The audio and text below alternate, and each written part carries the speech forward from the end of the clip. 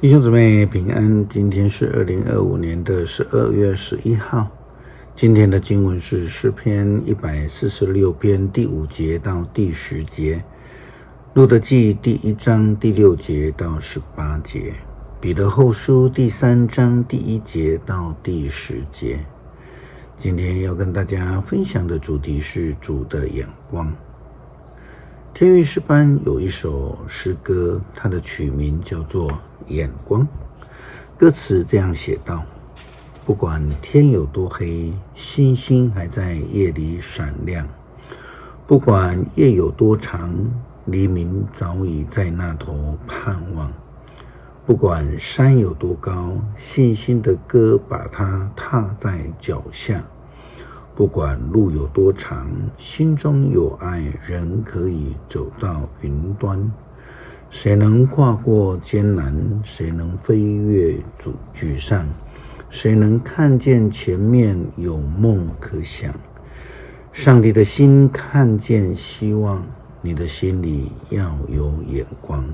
哦，你的心里要有眼光。这里面有一个问题，到底是用谁的眼光能够看到那一头的盼望？用谁的眼光因着信心可以将山踩在脚下，能够走到云端？我们的眼光吗？如果这样，我们可能会跟彼得一样，看到的是风与浪，在危难的当中忘记了定睛于主，失去了上帝的眼光。因此我们害怕，甚至到惊惶失措，因为我们的眼目错置了。路得记第1章第6节到18节记载了主角外邦女子路得的故事。当他们全家落难了，家中的3个男人都失去了生命之后，婆婆拿俄米就要2个媳妇都可以自由的回故乡去改嫁。但是呢，路得却选择，他决志要留下，要跟随他的婆婆拿俄米。即便看起来前途是没有盼望的，但是路得却是用上帝的眼光在看事情，在面对苦难。经文这样记载：拿俄米还住在摩押的时候，听说上主眷顾他的子民，使他们有好收成，就准备跟2个媳妇离开摩押回本土去。他们一起动身回犹大，但是在路上，拿俄米对2个媳妇说：你们各自回娘家去吧，愿上主以仁慈待你们，像你们善待了我和已故的人一样。愿上主使你们2个人有机会再结婚，都有好的归宿。于是拿俄米吻别他们，2个媳妇都放声大哭，对拿俄米说：不，我们要跟你回去你本族的人那里去。拿俄米说：女儿啊，你们还是回去吧。为什么要跟我走呢？我还能够再生儿子来做你们的丈夫吗？回去吧，我的女儿啊，走吧，我已经太老，不能再结婚了。就算我还有一点希望能够在今晚结婚，而且会生儿子，你们愿意等他们长大吗？你们能够等着不去嫁别人吗？不，我的女儿啊，这是不可能的。上主惩罚了我，我很为你们难过。他们又哭了起来。俄尔巴终于吻别她的婆婆回娘家去了，但是路得还是舍不得离去。拿俄米就对他说：路得，你嫂嫂已经回她本族和她的神那里去了，你也跟她回去吧。可是路得说：请不要叫我离开你，让我跟你一起去吧。你到哪里，我也要到那里；你住哪里，我也要住那里。你的民族就是我的民族，你的上帝就是我的上帝。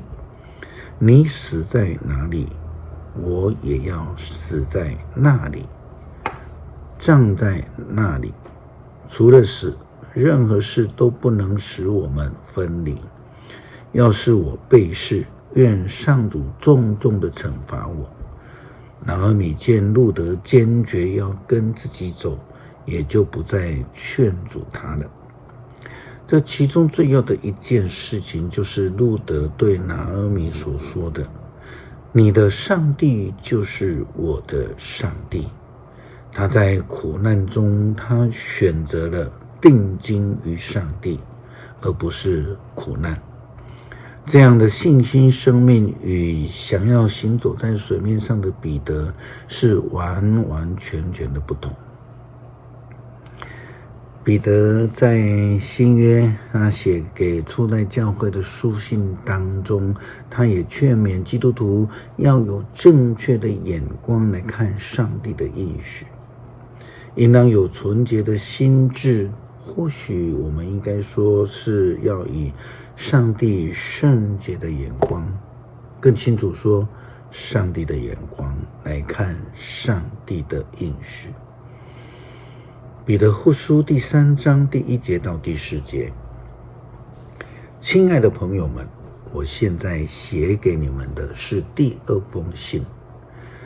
在2封信里面，我都提醒你们这些事，来激发你们纯洁的思想。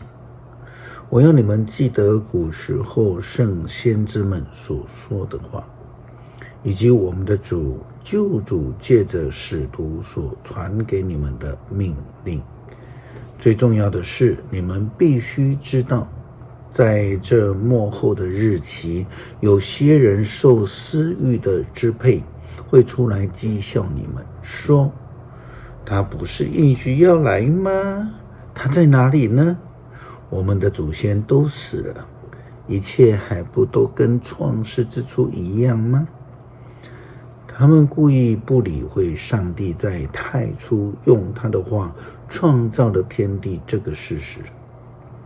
地是从水和借着水而形成的，旧的世界也是由水，就是洪水所消灭的。现在的天和地是同样的凭着上帝的话保留下来的，要等着不幸的人被审判被消灭的那一天，好用火烧毁。可是亲爱的朋友们，有一件事情不可忘记，在主的眼中，1000年如一日一日如1000年。主并不像一般人所想的迟迟不实现他的应许，相反的，他宽容你们，因为他不愿意有一人沉沦，却要人人悔改。但是主再来的日子就像小偷忽然来到一样，在那日，诸天要在巨大的声响当中消失，天体要在烈焰当中毁灭，大地和万物都要消灭。诗篇146篇第5节到第10节。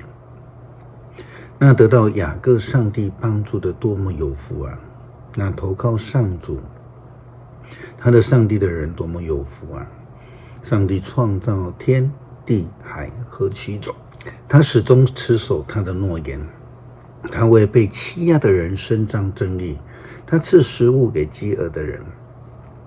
上主使被囚的人得自由，使盲人能够看见，他扶起被欺压的人，他爱惜正直的人，他保护寄居的外人，他扶持孤儿寡妇，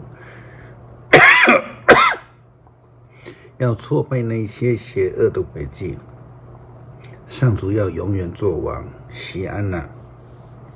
你的上帝要永远掌权，要赞美上主。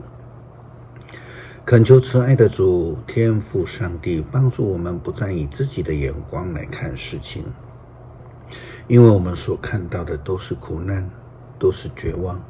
只有以主的眼光，我们才能够胜过风浪，越过高山，爬上云端。祷告奉主耶稣基督圣名求，阿们。